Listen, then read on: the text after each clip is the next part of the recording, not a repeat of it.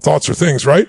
There's an energy out there, words, thoughts, memories, depending on how you tune yourself, what you remember. You may discover, many of you, that if you did this with somebody at home, when you go to communicate with them, they may feel something different. I know that sounds airy-fairy, but I found it over and over again to be true. And you got some good practice. What culture do we live in today? Blame. If there's a problem, find somebody to blame and attack them. Because what blame allows you to do is step away from your own vulnerability of what you may have done to make this happen. And the great thing about the Ho'oponopono is you're not beating yourself up because you had nothing to do with it. But you can still take responsibility as part of the collective. That's the power of it.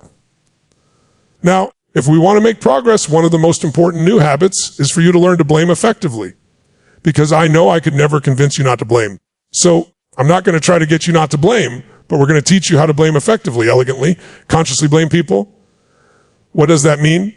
It means if there's someone, how many of somebody out there that has done something that's unjust or unfair to you in your mind, it doesn't matter what color you are, what gender you are, what your sexual preference is, what country you're from, what your religion is. We are tribal as human beings. And when people are different and people are uncertain, they move into their tribe. I'm not suggesting it's good. I'm just suggesting it's real.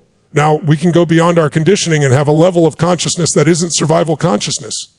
And we're not in survival. You can experience love with strangers. You can have experience. I'm not talking about sexual love.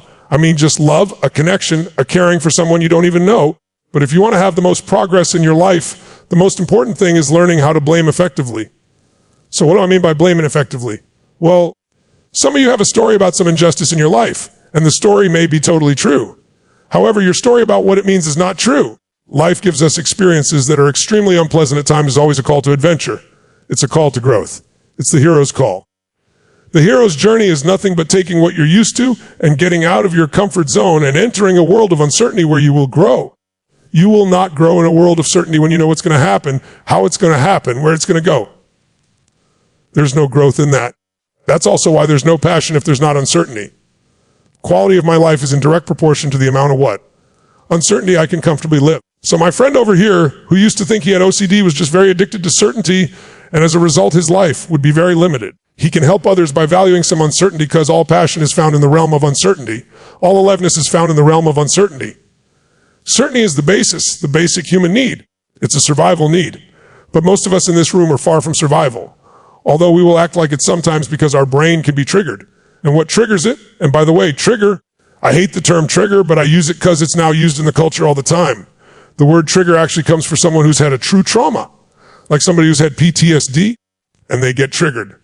Now, we use that term for anything somebody says we don't like, which is absurd that it's not a trigger, but we'll use the word in the way people use it. The bottom line is you want to make it so you trigger yourself, not try to change the world to do that.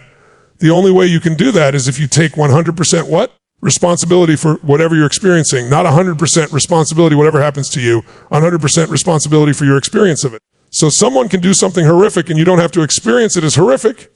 You can experience it as unpleasant and a learning experience and move on. Or you can take it for the rest of your life and say, I'm scarred by this. By the way, show me scar. There is no scar. But when you say, I'm scarred by that, scars don't go away. But the truth is, it's not a scar. Remember, whatever language you use, much of it locks you in place. You're only stuck because that's the language use. You're not stuck at all. You're just doing the same pattern, and you can change any pattern. If you had to, yeah, you would. That's why I said change is never a matter of ability. It's always a matter of motivation or drive or reasons, right? Life is always happening. What? For us. Not, but it's our job to find out how it's for us because it doesn't feel like it's for us. But if you can develop that discipline, everything works. So blaming effectively means you're going to find some people you've blamed. And we've all done it. And there's some things you may not even be conscious of, but you still do. What we're going to do is figure out how to blame you. Take you through a process of blaming them elegantly, effectively, which is you'll be able to call them up and say, Mom, Dad, Joe, Mary, whoever, or see them in person and say, I just want you to know I've blamed you for all these things in my life that didn't happen or that occurred or this occurred, and I just woke up recently like what an absolute idiot I am. Because if I'm going to blame you for all that, I have to blame you for how strong I've become. I have to blame you for when you were there for me that I'd forgotten about. I have to blame and you look for all the goodness in your life. If you're going to blame somebody for all and give them total responsibility, then you have to blame them for all the good. And this process can be an incredibly healing process. Even if you don't think there's anybody really blaming life, because if you dig in, you do. Because as long as you're human, these things happen. If you've been hurt someplace, there's some unconscious if not conscious place of blame. So we're going to teach you this process. But part of what makes us blame people is our fear we're not enough. And so we want to make sure the problem is somewhere else, not us. But the problem with that is if we blame them, we can't grow. The only way you can take control of your life is to own the responsibility. The responsibility. Remember, the ability to respond only happens if I have control. If you're the blame, I have no control. So this is a process of reclaiming who you are. But more importantly, it's also a promise. A process of loving or giving someone to someone who, by the way, probably blames themselves even more than you blame them. Most people don't realize how much they do. And we've done this process for years, and the healing has been really powerful. Part of why we blame is we judge. By the way, some of us blame ourselves, but you're judging too soon. You're seeing things in the moment and not understanding there's a longer-term purpose in everything. Someone's stealing from you, or is a seed opportunity planted for something in the future that is beyond beautiful. How often do we prematurely judge ourselves or judge another? If we're open to it, we adopt a couple of simple beliefs like life really is happening for me. It may not look like it. This painful situation, but how many have been carved by some painful situation? Carved, I mean you deepened yourself. You strengthened yourself. You increased your caring. Something came out of those horrible experiences that was absolutely beautiful. And maybe blame is something we give up unless we're doing it elegantly. Maybe look at life in a very different way. What if everything was a blessing? What if your biggest problems were a blessing? Because no problem is permanent. Only our souls are permanent. What if this week was the gift of you remembering things you'd forgotten or trusting with faith that you are being guided even when it looks like it's not working? What if it was all just a test of faith?